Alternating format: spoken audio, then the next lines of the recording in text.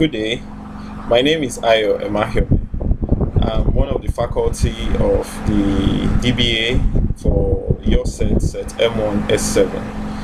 I will be taking you on the first three topics of your business plan workbook. That is the executive summary, the introduction to the business or the background of the business, and then the third one will be the marketing plan. This first video is on the executive summary and the company background.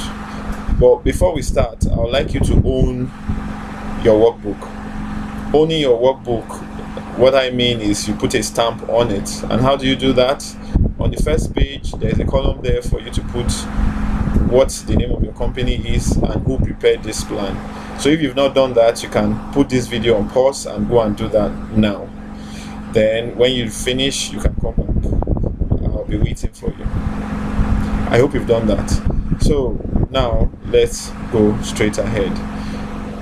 Starting with the very first one, which is the executive summary. I won't dwell much on this because you don't have much to do right now on the executive summary. You'll be working on that at the end of your workbook. It is what you write at the end. It is simply a summary of everything that you've done in your workbook, most times if possible on one page. So you are summarizing your entire workbook on one page, and you can't do that at the beginning. You do the summary at the end when you've written something to be summarized. That's the executive summary, and just like the name says, it's a summary, and that's one. Two is chapter one. Chapter one is about the company background. It's a introduction to your business for anybody that wants to know about your business, be it the bank, the investor, your partner, or even yourself. It gives you an idea and an insight into your business. It is also where you define your business. So everything we're talking about here is just creating a framework for what your business will be riding on. So the first thing there is the description of the business, and just like the name is, you are expected to just describe the business. No professional touch needed here. You are just supposed to just talk about it as it comes to your mind, or you talk about it from your heart. This is what my business is. This is what it's about. This is what we do, and this is how it's going to be done. After that, you talk about your vision and your mission statement.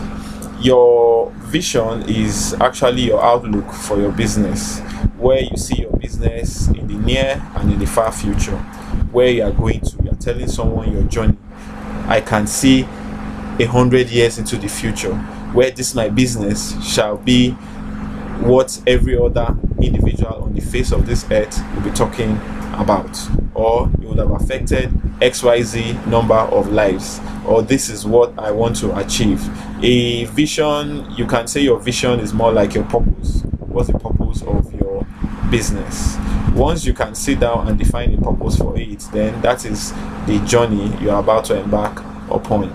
Once you have clearly stated the purpose of your business, the next thing you go on to is your mission. You have a vision, you know where you are going to. So a mission is now the journey, the route you have taken on this journey. And that is summarizing what you call your mission statement. It simply clarifies what business you are in, what your business goals are, what your objectives are, what is the core purpose of your business, then the reason behind your guiding principles. Once you can define all this and then you summarize all of them, you have your mission statement complete. Always note, different people with their different mission and vision statements. I'm not saying it's sacrosanct, but it's always advisable to make your vision statement and your mission statement a short statement, 1 or 2 sentences. You don't have to get that immediately. You can work on it over and over and continuously over time until you get it right, but always work towards keeping it short so that everybody remembers, including you. Then next is the business objective. The business objective just defines what you want to achieve over a short period of time. It is more like breaking down your mission statements into short, achievable timelines. For example, you want to leave this place where I am now and go to 5 bus stops from here. What's the journey plan? Are you going to go with a car? Are you going to go by public transport? Are you going to take a helicopter? Are you going to walk? And if you are walking, what are the milestones? Milestones, for example, here could be bus stops. I've already said you are going somewhere 5 bus stops from here. So if you are going 5 bus stops from here, your milestones could be each bus stop you get to. And if not, there might be landmarks, there might be things blocking you on the way. How do you get above them? All these form your business objective, and it's always important to break down your mission into objectives so that at each point in time you know where you are in your business work. Next, we move to your value proposition. Please note, I hope you have your workbook there with you and you are writing, and also if you have questions you are putting them down. My reason for this is so that you are following along, number one. Then number two, you can send all your questions to us either through your PMO directly or your PMG leader. You send them the questions and you will surely get responses, and anyone that can't be sent to you as a response via email, then you will get response in class. When we are in class, you get responses to that. So next is your value proposition. That's, we are still on page 6, item 1.4. Your value proposition is something that just defines your uniqueness as a business. What is it you are doing that makes you stand out? What is it you are doing that makes your business different from others? For example, are you faster? Are you cheaper? Or are you better? Or do you last longer? What is it that you do that is unique to you as a business? Or what is it that you do that you can do better than every other person around you? You can also use this to refer to your unique selling proposition. This is what stands you out. Let me think of a company now. For example, DHL says that nobody does it faster. That is, nobody does deliveries faster than them. And that is their unique selling proposition. Every company has something different. Then after that, you now discuss what are the critical success factors of your business. What is it that will make your business, that will assist or support your business in succeeding in the journey you're about to embark upon, or in the journey you've just stepped out into? Is it your location? For example, if you're a real estate company, as they always say, there are 3 rules, which are location, location, location. So location is key for a real estate company. Or is it pricing? For example, if you are into manufacturing for consumer commodities, small fast moving consumer commodities, pricing will be a key factor for you, and it could either make or mar your business. Then next, is it the packaging? For example, packaging also deals with issues like branding. Branding, now I'm talking about a situation like an MTN. Nowadays, when you see yellow, I'm sure one of the things to think about is MTN. Then is it the hygienic environment where you produce your item? Is it the endorsements you get? Is it the experience you are bringing onto ground in your product or your service? Or is it the kind of distribution network? You have to think through all this to know these are the things that are going to make my business successful. These are the advantages I have that will make my business better than the next person or the next person or whoever it is that is coming in the future, or who is already there in the business. You have to identify these things. Why? Because they form your strengths, and they are those things that you stand on to grow your business. While you are talking about those exciting and wonderful things that makes your business excellent, stand out, successful, grow forever, and leave a legacy and all that, don't forget that every business comes with its challenges. Every industry comes with its challenges. That is why you now need to look at item 1.7 on page 7, and that's, you are describing the challenges you feel you will face.